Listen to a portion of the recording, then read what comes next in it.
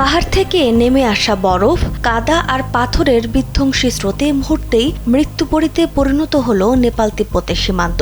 আকস্মিক বন্যা ও ভয়াবহ ভূমিধসে প্রাণ হারিয়েছেন অন্তত ১৬০ জন মানুষ, যার মধ্যে দেশি বিদেশি মিলিয়ে নিখোঁজ রয়েছেন প্রায় ৬ শতাধিক পর্যটক। আরও বহু মরদেহ চাপা পড়ে থাকার আশঙ্কা রয়েছে। নিখোঁজদের মধ্যে ভারতীয় ১০০ জনেরও বেশি, যুক্তরাষ্ট্রের ৫৪ জন, অস্ট্রেলিয়ার ৩৪ জন ও যুক্তরাজ্যের ৩৩ জন নাগরিক ছাড়াও নেপালের সাধারণ মানুষ ও বেশ কয়েকজন উদ্ধারকারী সদস্য রয়েছেন। ২৬ আগস্ট সকালে নেপালের রসুয়া ও ধাদিং সহ সীমান্তবর্তী পার্বত্য অঞ্চলে হঠাৎ শুরু হয় প্রাকৃতিক তাণ্ডব। জীবন অবাক না করলে কে করবে? ২৮% মিল্ক ফ্যাটের অবাক করার সাথে ফ্রেশ মিল্ক পাউডার। জীবন অবাক করুক প্রতিদিন। প্রবল বেগে নেমে আসা কাদা, পাথর ও পানির তোরে নিমিষেই ভেসে যায় ঘরবাড়ি, রাস্তাঘাট, সেতু ও বিদ্যুৎ কেন্দ্র।